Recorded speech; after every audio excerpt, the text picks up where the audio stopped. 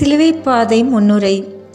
இறை இயேசுவில் பிரியமானவர்களே, இறைமகன் இயேசு தம்மை நாடி வந்த ஒரு செல்வ இளைஞனிடம் நிலைவாழ்வு பெற அவரிடம் ஒரு குறை உண்டு என்று உறுதிப்படுத்தி கூறும்போது அந்த இளைஞன் மன வருத்தத்துடன் சென்றது நமக்கு தெரிந்த உண்மை. ஏனெனில் அவனால் அந்த குறையை நிவர்த்தி செய்ய முடியாத நிலை. மனிதர்களாகிய நாம் பலவீனத்திலும் பாவத்திலும் பிறந்தவர்கள். குறைகள் உள்ள மனிதர்கள் என்ற பட்டம் நமக்கு உண்டு. இதில் குறையை சரி செய்பவர்கள்தான் ஆண்டவரின் வலப்புறத்தில் தங்கி வாழ்பவர்கள். இந்த பின்னணியில் பார்க்கும்போது நம் அனைவரிலும் ஒரு குறையானது வெளிப்படையாகவோ அல்லது மறைமுகமாகவோ இருக்கிறது. ஏன், அனைத்து உயிரினங்கள், பறவைகளாக இருக்கட்டும், விலங்குகளாக கூட இருக்கட்டும், உலகில் உள்ள அனைத்து உயிரினங்களுமே சினம் என்ற பலவீனத்தோடு வாழ்ந்து கொண்டு இருக்கிறோம்.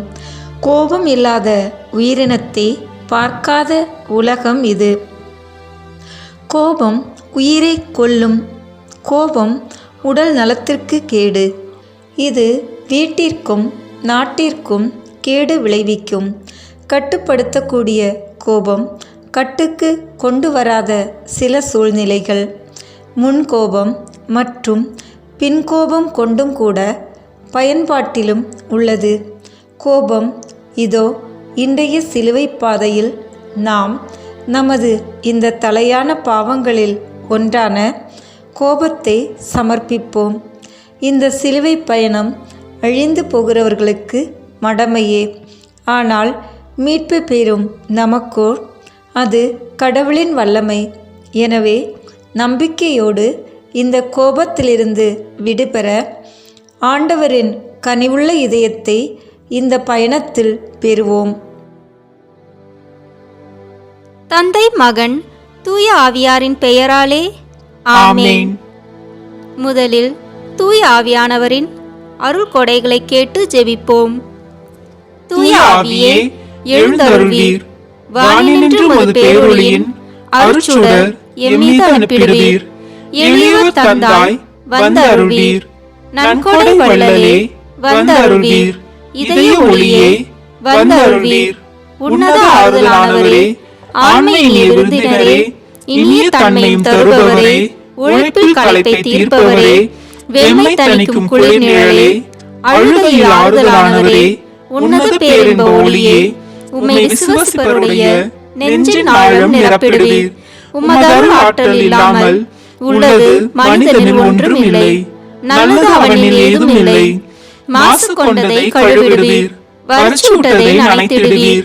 காயப்பட்டதை ஆற்றிடுவீர். வணங்காதிருப்பதை வளைத்திடுவீர். குளிரானதை குளிர் போக்கிடுவீர். தவறு போனதை ஆண்டருள்வீர். இறைவா, உம்மை விசுவசித்து உம்மை நம்பும் அடியாருக்கு கொடைகள் ஏழும் ஈந்திடுவீர். புண்ணிய பலன்களை வழங்கிடுவீர். இறுதியில் மீட்பும் ஈந்திடுவீர். அழிவில்லா இன்பம் அருள்வீரே. ஆமென். சிலுவை பாதை தொடக்க ஜெபம். இரக்கத்தின் ஊற்றே இறைவா, உம் திருமகன் இயேசுவின் பாடுகளையும் இறப்பையும் நாங்கள் நினைவு கூர்கின்றோம். அவர் நடந்து சென்ற சிலுவையின் பாதையில் அவரை பின் சென்று நடந்திட நாங்கள் வந்துள்ளோம். இறுதி வரை இயேசுவின் உண்மை சீடராக நாங்கள் வாழ வரமருள வேண்டும் என்று உம்மை இறைஞ்சி மன்றாடுகின்றோம். ஆமென். நாம் செய்த பாவங்களுக்கு பரிகாரமாக இந்த உத்தம மனசாப ஜெபத்தை சொல்வோம். என் இறைவா, நன்மை நிறைந்தவர் நீர், அனைத்திற்கும் மேலாக அன்புக்கு உரியவர். என் பாவங்களால் உம்மை மனநோவு செய்துவிட்டேன். ஆகவே நான் குற்றங்கள் பல செய்தேன் எனவும் நன்மைகள் பல செய்ய தவறினேன் எனவும் மனம் நொந்து வருந்துகிறேன். உமது அருள் துணையால் நான் மனம் திரும்பி இனிமேல் பாவம் செய்வதில்லை என்றும் பாவத்துக்கு ஏதுவான சூழ்நிலைகளை விட்டு விலகுவேன் என்றும் உறுதி கொடுக்கிறேன். எங்கள் மீட்பராம் இயேசு கிறிஸ்துவின் பாடுகளின் பயனாக இறைவா என் மேல் இரக்கமாயிரும். திவ்ய இயேசுவே, எங்களுக்காகவும் உத்திரிப்பு நிலை ஆன்மாக்களுக்காகவும் சிலுவை பாதையை தியானிப்பவர்களுக்கு அளிக்கப்படும் பலன்களை அடைய விரும்பி உம் இரக்கத்தை கெஞ்சி மன்றாடுகிறோம். புனித மரியாவே, வியாகுல அன்னையே, இயேசுவின் பாடுகளின் போது அவரோடு நீர் உடனிருந்து அவருடைய பாடுகளில் பங்கேற்றது போல நாங்களும் எங்கள் அயலார் அனுபவிக்கும் துன்பங்களில் அவர்களுடன் இருந்து துணை புரியும் ஆற்றலை பெற உம் திருமைந்தனிடம் எங்களுக்காக வேண்டிக் கொள்ளும். ஆமென். முதல் நிலை, கோபத்தால் தீர்ப்பு. திவ்ய இயேசுவே, உம்மை ஆராதித்து வணங்கி உமக்கு நன்றி அறிந்த தோத்திரம் செய்கிறோம். அதேனென்றால் உமது பாரமான திருச்சிலுவையாலே இந்த உலகத்தை மீட்டு இரட்சித்தீர். குறையில்லாத ஆண்டவருக்கு பிலாத்து சிலுவை தீர்ப்பை அளிக்கிறான். தவித்தவர்களுக்கு தண்ணீராக இருந்தவர்க்கு தண்ணீரில் கை கழுவி விலகிவிட்டான். காரணம், அன்று இயேசுவின் நல்ல மனதினை உதாசீனப்படுத்திய யூத மக்கள், அவரின் நற்செயலில் பொறாமை கொண்ட மக்கள் அவர் மீது கடுங்கோபம் கொள்கிறார்கள். அவரை தவறான தீர்ப்புக்கு இயேசுவை உள்ளாக்குகிறார்கள். இன்று நாம் பிறரின் வளர்ச்சியைக் கண்டு பயப்படுகிறோம், அதிர்ச்சி அடைகிறோம். பொறாமை கொண்டு கோபத்தை அதிகரித்து அவர்களை பற்றி இல்லாததை பொல்லாததை தீர்ப்பாக சுமத்துகிறோம். இதனால் நல்லவர்கள் இயேசுவை போன்று தீர்ப்பிட தள்ளப்படுகிறோம். இயேசு எவரையும் தீர்ப்பிடாமல் மனுக்குலம் அளித்த தீர்ப்பை ஏற்கிறார். இனிய இயேசுவே, பெரும் கோபத்தால் தவறான தீர்ப்புகளை வழங்கும் இவ்வுலகிற்கும் எங்களுக்கும் பிறரை நேசிக்கின்ற, மதிக்கின்ற மற்றும் ஒருவரின் வளர்ச்சியில் பெருமை பாராட்ட எங்களுடன் இருந்து வழி நடத்த வேண்டுமென்று உம்மை மன்றாடுகிறோம். ஆமேன். எங்கள் பேரில் தயவாயிரும் சுவாமி, எங்கள் பேரில் தயவாயிரும். எங்கள் பேரில் தயவாயிரும் சுவாமி, எங்கள் பேரில் தயவாயிரும். மரித்த விசுவாசிகளுடைய ஆத்துமாக்கள் சர்வேசனுடைய இரக்கத்தினால் நித்திய சமாதானத்தில் இளைப்பாற கடவன. ஆமேன். இரண்டாம் நிலை, கோபத்தின் சுமையை சுமத்தல். திவ்ய இயேசுவே, உம்மை ஆராதித்து வணங்கி உமக்கு நன்றி அறிந்த தோத்திரம் செய்கிறோம். அதேனென்றால் உமது பாரமான திருச்சிலுவையாலே இந்த உலகத்தை மீட்டு இரட்சித்தீர். மானிடர்களால் முடிவெடுக்கப்பட்ட சிலுவை மரணம் மானிட மகனுக்கு வெறுப்பின் மற்றும் கோபத்தின் நிமித்தம் வழங்கப்படுகிறது. நன்மை செய்ததால் பல நபர்களை பகைத்து கொண்டார். இப்பொழுது சிலுவை சுமந்து செல்கிறார்.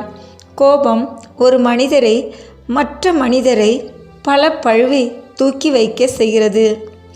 நாம் நமது கோபத்தால் பிறர் மீது தேவையில்லாத சுமைகளை தூக்கி வைக்கிறோம். அவர்களுக்கு தொடர்ந்து பிரச்சனைகளை அளிக்கிறோம். அவர்களின் நிம்மதியை, பல குழப்பங்களை அவர்கள் மேல் சுமக்க வைக்கிறோம். ஒன்றுமே அறியாத அப்பாவியான இயேசுவின் மீது பார சுமையை சுமத்தினார்களே, அதே போன்று நாம் சுமத்துகிறோம். பிறர் அதை தூக்கி செல்வதைக் கண்டு மகிழ்ச்சி அடைகிறோம். இதுவும் நமது கோபத்தின் விளைவுதான்.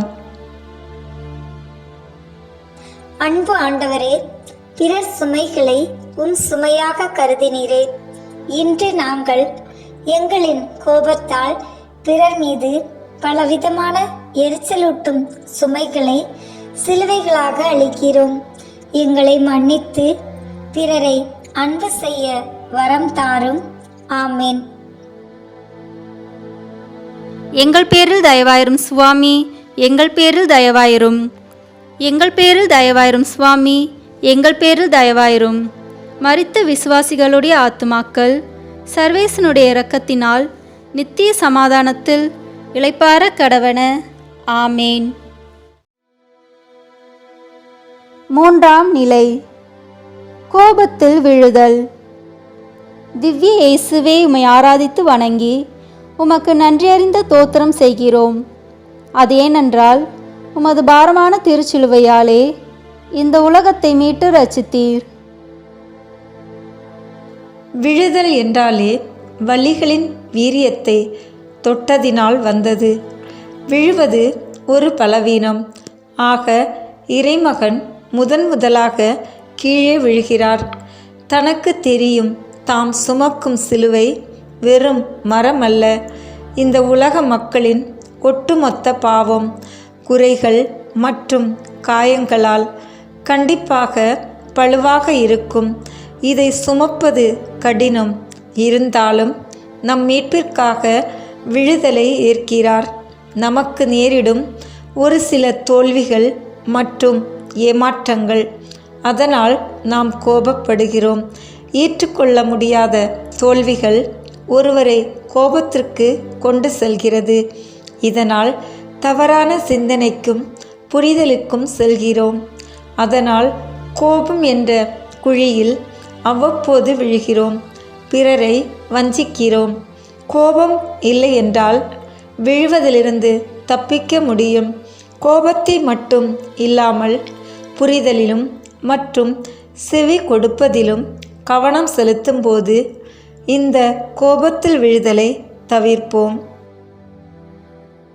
இனிய இயேசுவே, நீர் எமக்காக விழுந்தீரே, நாங்கள் மாட்சி அடைகிறோம். நாங்கள் எங்களின் கோபத்தில் விழாமல் காத்து வழிநடத்தி அருளும். ஆமேன். எங்கள் பேரில் தயவாயிரும் சுவாமி, எங்கள் பேரில் தயவாயிரும். எங்கள் பேரில் தயவாயிரும் சுவாமி, எங்கள் பேரில் தயவாயிரும். மரித்த விசுவாசிகளுடைய ஆத்துமாக்கள் சர்வேசனுடைய இரக்கத்தினால் நித்திய சமாதானத்தில் இளைப்பாற கடவன. ஆமேன். 4ஆம் நிலை, சந்திப்பதில் கோபம் குறையும்.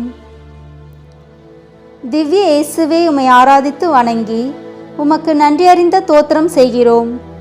அது ஏனென்றால் உமது பாரமான திருச்சிலுவையாலே இந்த உலகத்தை மீட்டு ரட்சித்தீர். சந்திப்பில் பலவிதமான ஆற்றல்கள் மற்றும் அனுபவங்கள் வெளிப்படுகின்றன. பலவிதமான ஊக்கம் தரப்படுகின்றது.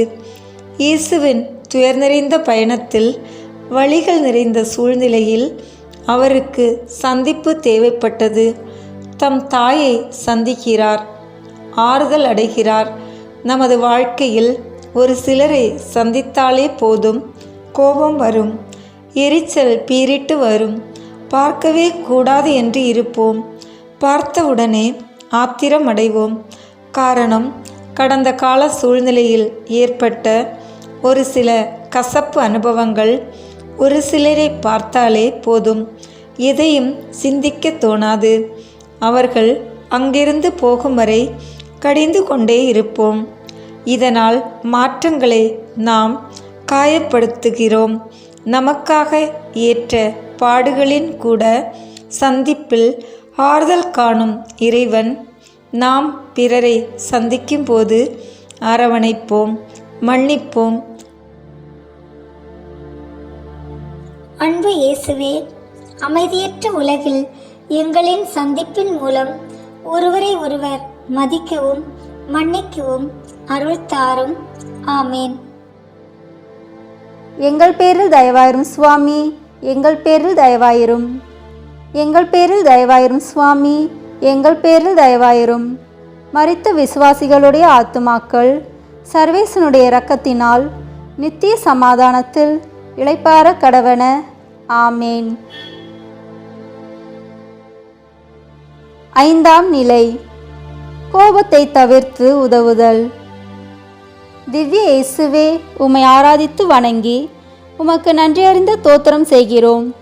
அது ஏனென்றால் உமது பாரமான திருச்சிலுவையாலே இந்த உலகத்தை மீட்டு ரட்சித்தீர். பார சிலுவையின் பங்காளிகளுள் ஒருவர் ஆகிறார் சீமோன். இந்த வாய்ப்பை இறைமகன் அவருக்கு அளிக்கிறார். தமது பயணத்தின் இறுதியை கடக்க வேண்டுமென்றால் சிறிது ஓய்வு தேவைப்படுகிறது. உதவிக்கரம் வேண்டும். அதை பல நபரிடம் எதிர்பார்க்கிறார் இறைமகன்.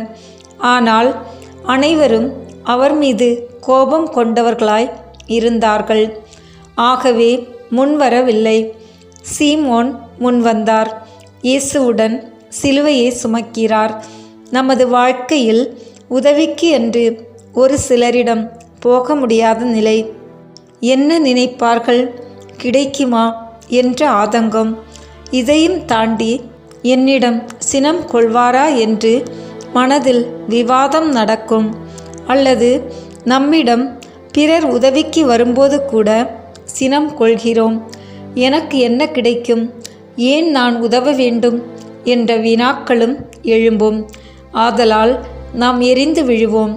முடியாது என்று ஒரே வார்த்தையில் சொல்லாமல் பலவிதமான வார்த்தைகளால் சாடுவோம். இந்த நிலையில் இயேசு உதவி செய்ய தயக்கம் காட்டாமல் உதவ அழைக்கிறார்.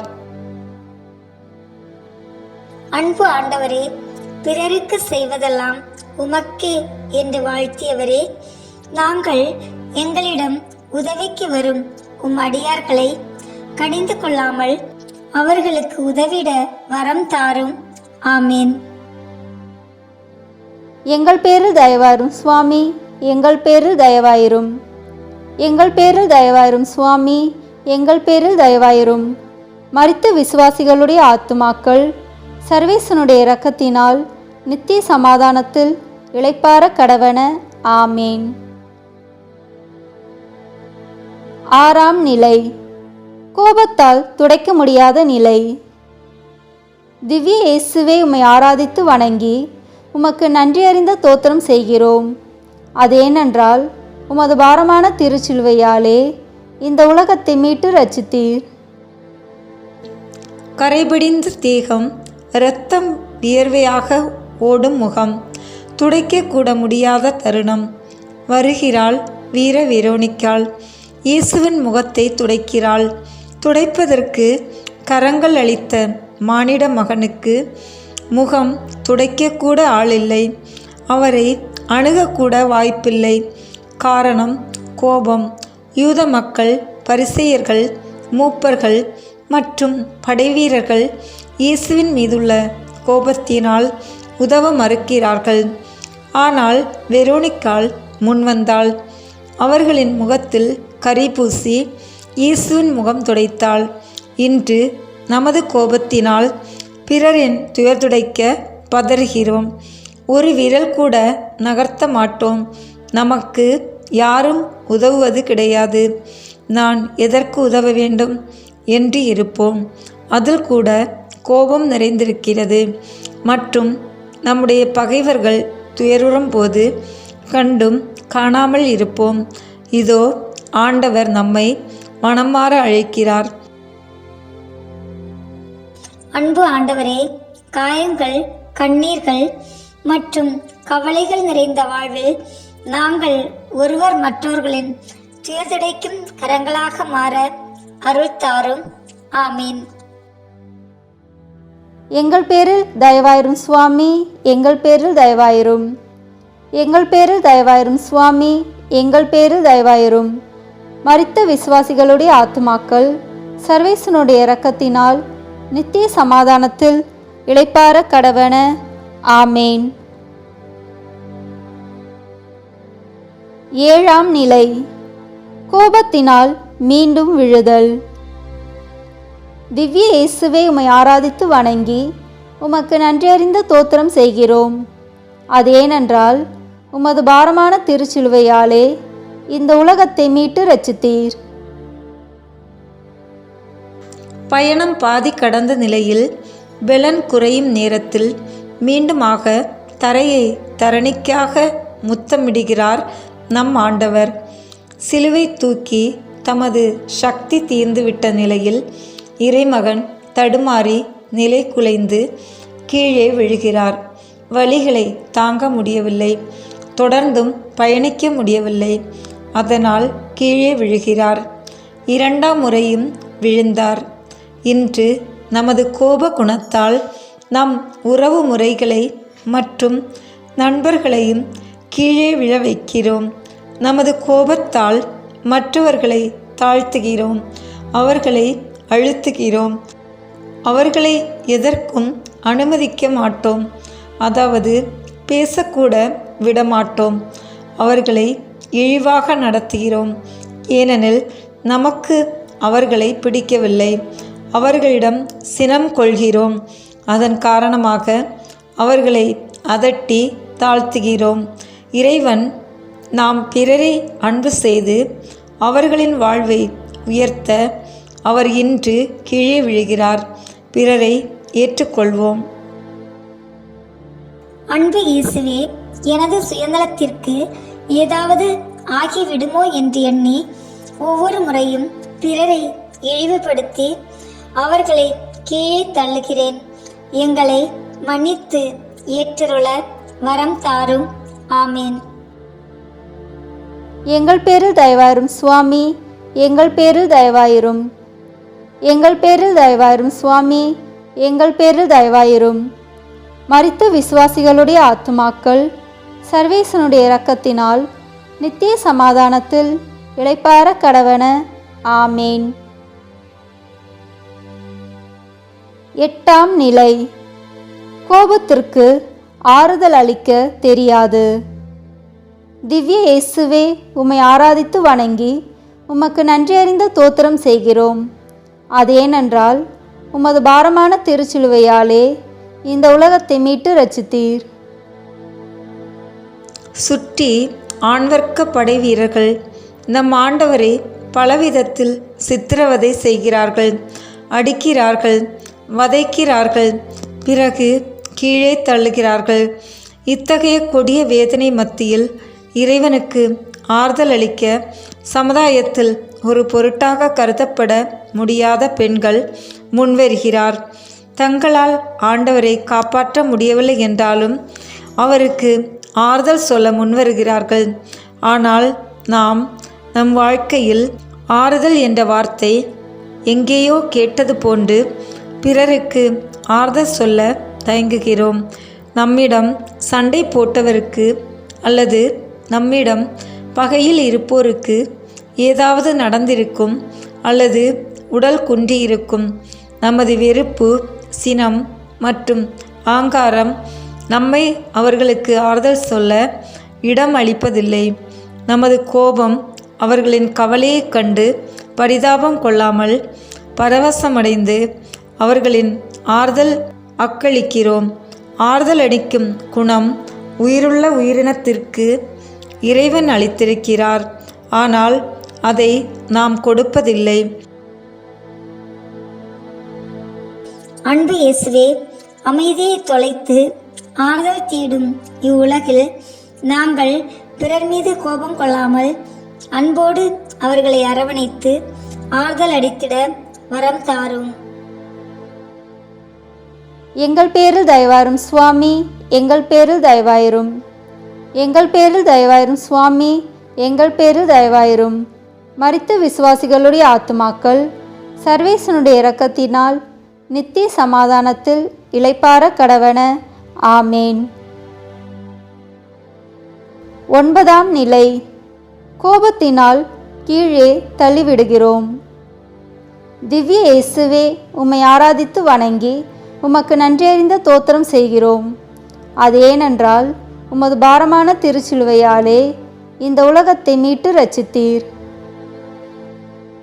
கோபத்தினால் கீழே தள்ளிவிடுகிறோம். அவ்வளவு பெரிய சிலுவை, நெடுந்தூர கரடுமுரடான பாதை, முட்கள் காலில் ஊடுருவி பாயும் சூழ்நிலைகள், இவைகளை கடந்து இப்பொழுது முழுவதுமாக தனது ஆற்றலை இழந்த இறைவன் நிலை குலைகிறார். தரையில் 3ஆம் முறை விழுகிறார். தானாக விழவில்லை, ஆனால் சுமத்திய பார சிலுவை மற்றும் தனியே சுமக்கும் நிலை, அதனால் கீழே விழுகிறார்.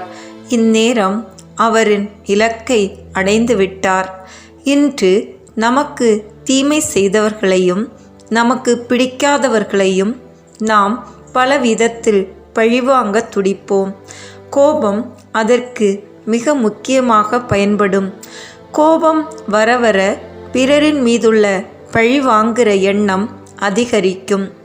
பல குழிகளை தோண்டி வைப்போம். அவர்களை இழிவுபடுத்தும் வாய்ப்புகளை தேடுவோம். வாய்ப்புகள் கிட்டும்போது அவர்களை கீழே தள்ளி அவர்கள் மேல் அமர்ந்து விடுகிறோம். சில நேரத்தில் மிகவும் மோசமாக பிறரை வஞ்சிக்கிறோம். அதனால் அந்த வேதனையில் அவர்கள் விழுகிறார்கள். கை கொடுத்து உதவ முன்வர மாட்டார்கள். நமது சமுதாய மக்கள் இந்நிலையில் இறைவன் அவர்களோடு கீழே விழுகிறார். அன்பு இயேசுவே, எமது சுயநலம் பிறர் மீதுள்ள அன்பை கோபமாக மாற்றியதன் விளைவாக பிறரை அழுகைக்கு தள்ளிவிட்ட தருணத்திற்காக மன்னிப்பு அளித்து பாசமுள்ள மனிதராக மாற அருள் தாரும். ஆமேன். எங்கள் பேரில் தயவாயிரும் சுவாமி, எங்கள் பேரில் தயவாயிரும். எங்கள் பேரில் தயவாயிரும் சுவாமி, எங்கள் பேரில் தயவாயிரும். மரித்த விசுவாசிகளுடைய ஆத்துமாக்கள் சர்வேசனுடைய இரக்கத்தினால் நித்திய சமாதானத்தில் இளைப்பாற கடவன. ஆமேன். 10ஆம் நிலை, கோபத்தால் அவமானப்படுத்தல். திவ்ய இயேசுவே, உம்மை ஆராதித்து வணங்கி உமக்கு நன்றியறிந்த தோத்திரம் செய்கிறோம். அதேனென்றால் உமது பாரமான திருச்சிலுவையாலே இந்த உலகத்தை மீட்டு ரட்சித்தீர். கோபத்தால் அவமானப்படுதல். இவ்வுலகில் ஒருவர் மற்றவர் மீதுள்ள அன்புக்கு வரம்பு இருக்கும். ஆனால் ஆண்டவர் இயேசுவின் அன்பிற்கு வரம்பும் கிடையாது, வரைமுறைகளும் கிடையாது. அவமானம் மனித வர்க்கத்திற்கு பிடிக்காத ஒன்று. படைப்பின் தொடக்கத்திலே மனிதர் பாவம் செய்தவுடன் மானத்தை உணர்கிறான். இப்பொழுது பாவம் செய்யாத தூய்மை உள்ளம் அவமானத்தின் கோர நிலையை அடைந்திருக்கிறது. அந்த அளவிற்கு கோபம் அந்த மக்களுக்கு இயேசுவின் மீது. இன்றைய சமுதாயத்தில் பிறரை அவமானப்படுத்துவது ஒரு கலாச்சாரமாக இருக்கிறது. கல்லூரியில் மற்றும் மக்கள் கூடுமிடத்தில் நடக்கிறது. அலுவலகத்திலும் நடக்கிறது. வேடிக்கையாக செய்வதில் ஒரு கவலையும் இல்லை. ஆனால் வேணுமென்றே செய்வதன் உள்நோக்கம் கோபம் நமக்கு நேரிட்ட இன்னல்களை உருவாக்கியவர்களை பழி தீர்க்க அவமானப்படுத்துவதை பயன்படுத்துகிறோம். அதில் சந்தேகங்களை குறைக்க முடியும். பிறகு தப்பிக்க வழி இருக்கு. ஆனால் நமது கோபத்தினால் பிறரை நமது வார்த்தைகளால் நமது செயல்களால் அவமானப்படுத்துகிறோம். இதனால் ஒருவர் படும் வேதனை மாளாதது. இயேசுவுக்கு நேர்ந்த அவமானத்தை இன்று நாம் பிறருக்கு காட்டுகிறோம். இனிய இயேசுவே, எங்களின் பழிவாங்கும் எண்ணத்தால் பலரை எங்கள் வாழ்வில் கொச்சைப்படுத்தி இருக்கிறோம். மற்றவர்களுக்கு முன்பாக அவர்களை களங்கப்படுத்தி உள்ளோம். இனி நாங்கள் பிறரின் உணர்வை மதித்து அன்பு செய்ய வரம் தாரும். ஆமேன். எங்கள் பேரில் தயவாயிரும் சுவாமி, எங்கள் பேரில் தயவாயிரும். எங்கள் பேரில் தயவாயிரும் சுவாமி, எங்கள் பேரில் தயவாயிரும். மரித்த விசுவாசிகளுடைய ஆத்துமாக்கள் சர்வேசனுடைய இரக்கத்தினால் நித்திய சமாதானத்தில் இளைப்பாற கடவன. ஆமேன். 11ஆம் நிலை, கோபம் காயப்படுத்தும். திவ்ய இயேசுவே, உம்மை ஆராதித்து வணங்கி உமக்கு நன்றியறிந்த தோத்திரம் செய்கிறோம். அது ஏனென்றால் உமது பாரமான திருச்சிலுவையாலே இந்த உலகத்தை மீட்டு ரட்சித்தீர். கோபம் காயப்படுத்தும். இறைவன் கரங்களால் பல நபர்களின் வாழ்க்கையை உயர்த்தியவர். பல அதிசயங்களை தமது கரத்தால் செய்தவர். ஒவ்வொரு முறையும் அழைப்பு வரும்போது உடனடியாக நடந்தே சென்று உதவியவர். இன்று இந்த கைகளிலும் கால்களிலும் பெரிய ஆணிகளால் துளையிடப்படுகின்றது. இரத்தம் அவரது உடலிலிருந்து ஆறாக ஓடுகிறது. இதற்கு ஒரு சிலரின் கோபம்தான் காரணம். இன்றைய நமது வாழ்வில் கோபத்தினால் நாம் என்ன செய்கிறோம் என்று நமக்கு தெரியவில்லை. உடனுக்குடன் ஏற்படும் கோபம் நம் வார்த்தைகளை கூட கட்டுப்படுத்த முடியாமல் பிறரின் மனதை காயப்படுத்துகிறோம். வார்த்தைகளை சராமாரியாக விட்டுவிடுவது அதே கோபத்தினால் நமது உடல் உறுப்புகளை கட்டுப்படுத்த முடியாமல் நம்மையும் பிறரையும் காயப்படுத்துகிறோம். நம்மையே அறியாமல் பிறரை நாம் காயப்படுத்துகிறோம். கோபத்திற்கு கண் தெரிவதில்லை, பிறரின் மனது அறியவில்லை. ஆகவே காயப்படுத்துவதில் நாம் தயக்கம் காட்டுவதில்லை. நாம் கோபப்பட்ட போது சிறிது சிந்தித்து பார்ப்போம், எப்பேற்பட்ட விளைவுகளை வித்திட்டோம் என்று. கண்டிப்பாக நாம் பிறரை மனதளவிலும் உடலளவிலும் காயப்படுத்தி இருப்போம். ஆண்டவர் இயேசு அந்த மக்களின் கோபத்திற்காக தமது கைகளையும் கால்களையும் துளையிட அளித்தார்.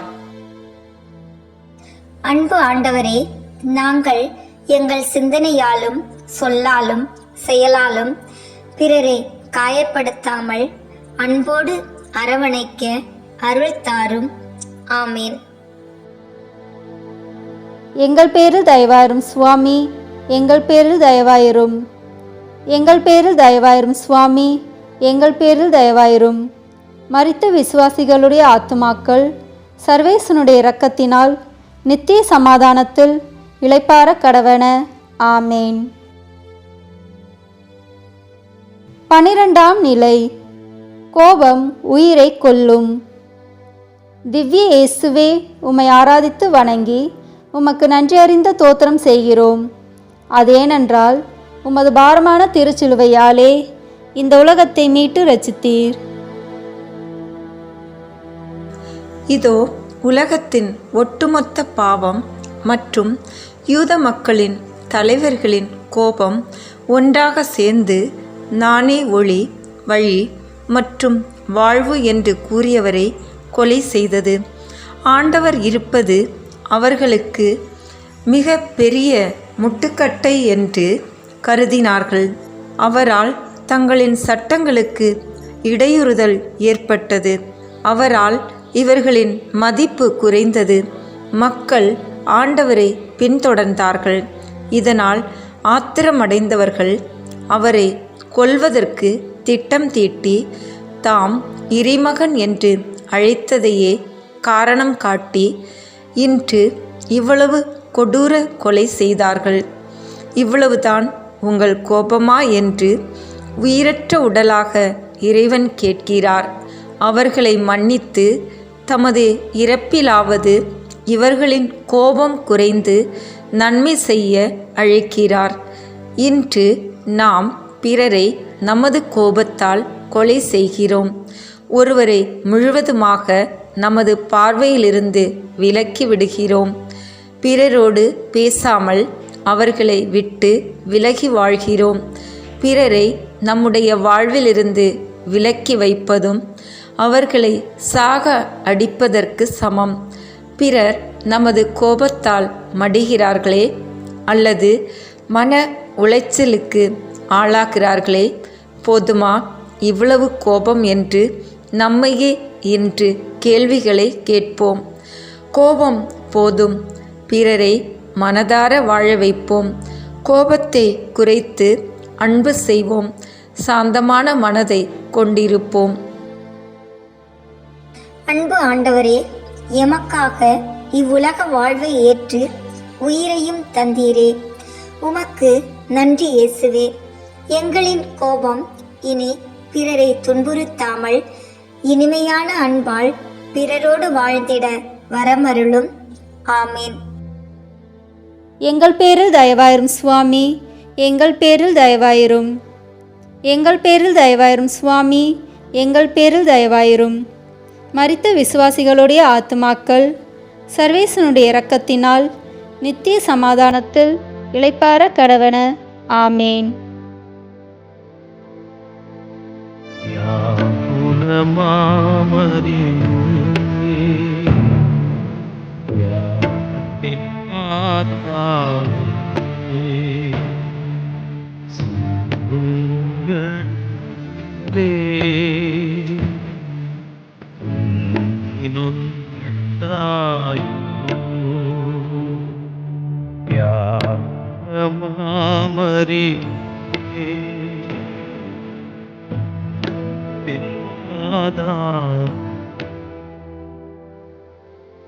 பதிமூன்றாம் நிலை.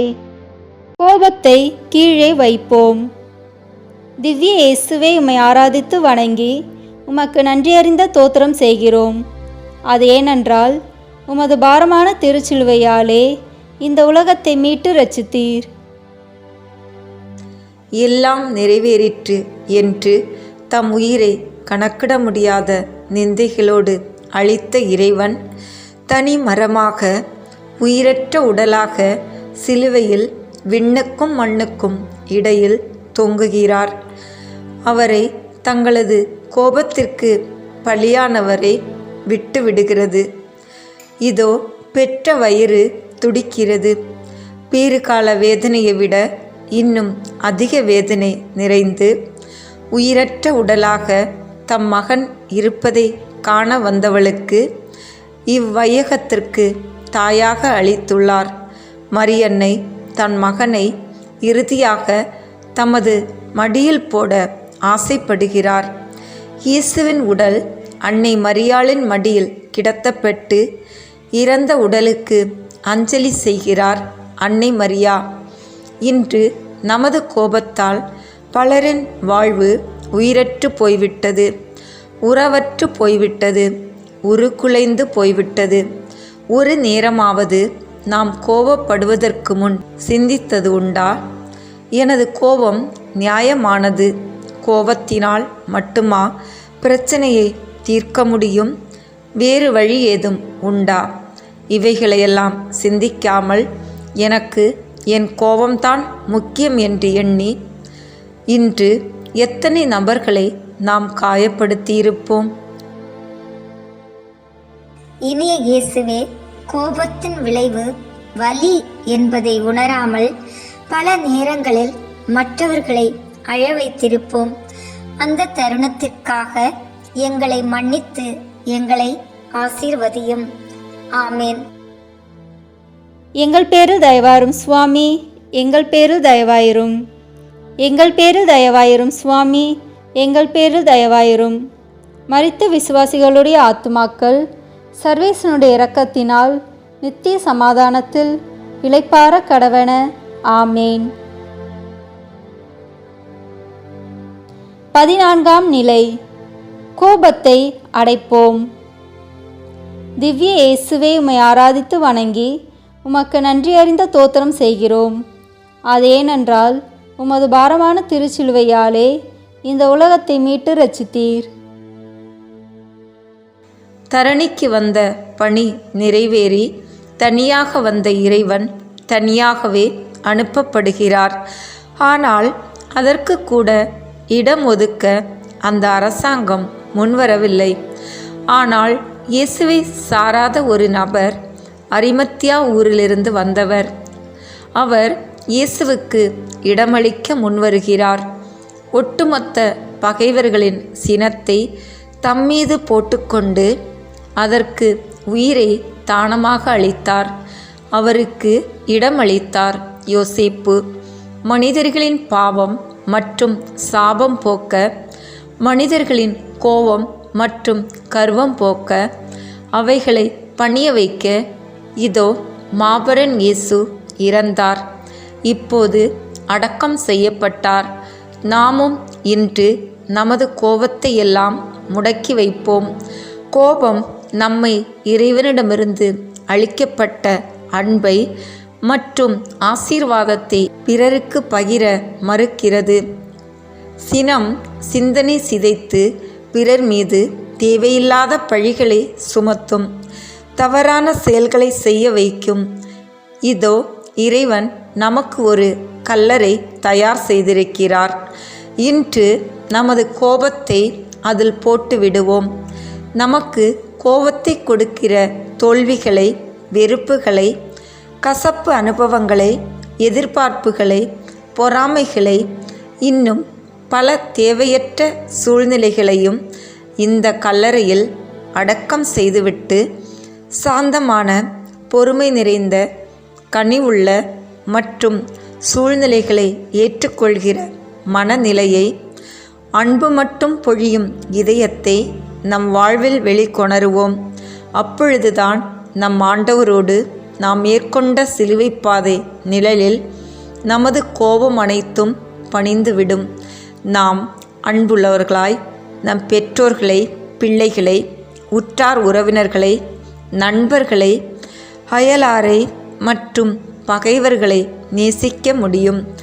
அவர்களின் உணர்வுகளை மதிக்க முடியும். அன்பு ஆண்டவரே, அனைத்தையும் உம் திட்டப்படி உருவாக்கினீரே. இதோ எங்கள் ஒவ்வொருவரின் வாழ்வையும் உமக்கு காணிக்கையாக ஒப்பு கொடுக்கிறோம். இதை உன் புகழ்பாடும் இசைக்கருவிகளாக மாற்றி எங்கள் கோபத்திலிருந்து விடுதலை பெற வரம் தாரும். ஆமேன். எங்கள் பேரில் தயவாயிரும் சுவாமி, எங்கள் பேரில் தயவாயிரும். எங்கள் பேரில் தயவாயிரும் சுவாமி, எங்கள் பேரில் தயவாயிரும். மரித்த விசுவாசிகளுடைய ஆத்துமாக்கள் சர்வேசனுடைய இரக்கத்தினால் நித்திய சமாதானத்தில் இளைப்பாற கடவன. ஆமேன். முடிவுரை. கோபம் மனிதனின் நோய்களுள் ஒன்றாக மாறிவிட்டது. இதற்கு மருந்து தேடி செல்வது வீண். ஏனெனில் கோபம் தானாக வருவதில்லை. இது சூழ்நிலைகளால் உருவாக்கப்பட்டது. அந்த சூழ்நிலைகளை நமது கட்டுப்பாட்டிற்குள் வரவைக்கும்போது நம்மால் அதன் மீது அதிகாரம் செலுத்த முடியும். பிரச்சனைகளோ அல்லது வலி நிறைந்த சூழ்நிலைகளோ அதை கோபத்தை கொண்டு தீர்வு காண பார்க்கிறோம். ஆனால் அந்த கோபத்தால் பல நபர்களை காயப்படுத்தும் விளைவுகளை வித்திடுகிறது.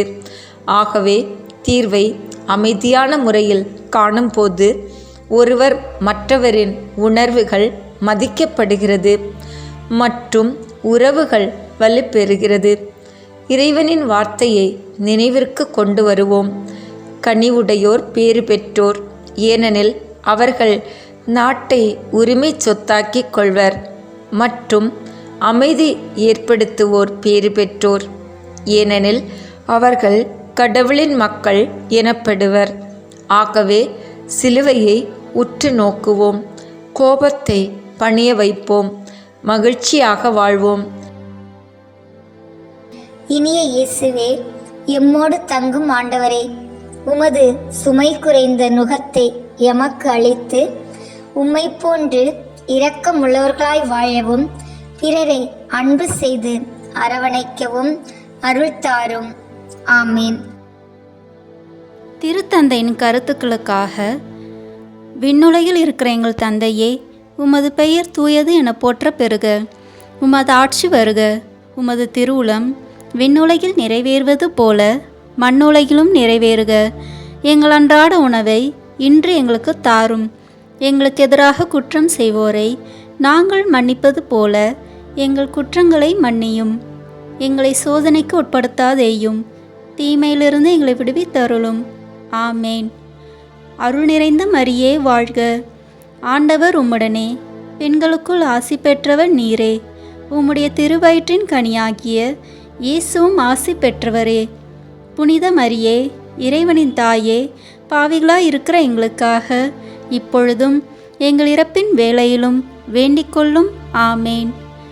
தந்தைக்கும் மகனுக்கும் தூயாவியாருக்கும் மாட்சிமை உண்டாகுக. தொடக்கத்தில் இருந்தது போல இப்பொழுதும் எப்பொழுதும் என்றென்றும் இருப்பதாக. ஆமேன். இயேசுவின் கல்லறையில் கண்டெடுக்கப்பட்ட ஜெபம். இயேசுவின் நேச இருதயமே, உம் இருதயத்தின் அருள்சுடர் ஒளியிலிருந்து என் விசுவாச ஒளியை பெற்று நான் வாழ என்னை உமக்கு நிரந்தரமாக அர்ப்பணிக்கின்றேன். ஓ மிகவும் வந்திக்கத்தக்க கர்த்தாவும் இரட்சகருமாகிய இயேசு கிறிஸ்துவே, எங்கள் பெரும் பாவத்திற்காக கொலைக்களத்தில் உண்மையாகவே இறந்தீர். ஓ கிறிஸ்து இரட்சகருடைய பரிசுத்த சிலுவையே, எங்கள் நினைவுகளை கவனியும். ஓ ஆண்டவருடைய பரிசுத்த சிலுவையே, எந்த ஆயுத அபாயங்களுக்கும் எங்களை தப்புவியும்.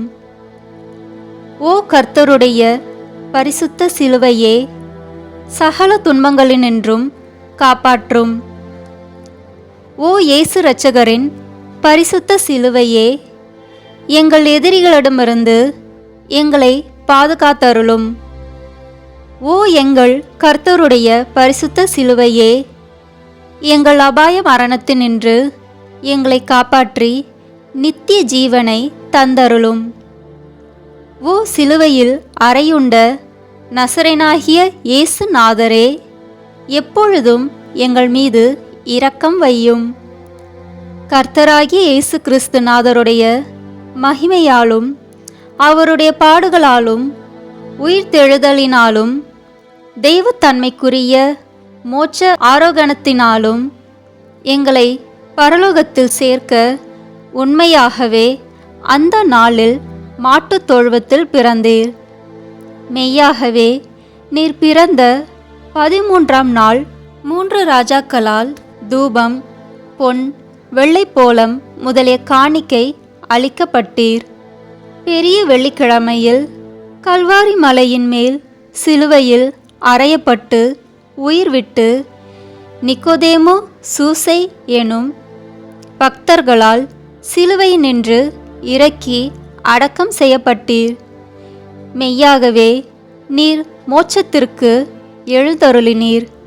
ஆகவே கர்த்தராகிய இயேசு கிறிஸ்து நாதருடைய மகிமையானது எங்களை சத்துருக்களுடைய வஞ்சனைகளினின்றும் இப்போதும் எப்போதும் காப்பாற்றும். ஓ ஆண்டவராகிய இயேசுவே, எங்கள் மீது கிருபையாயிரும்.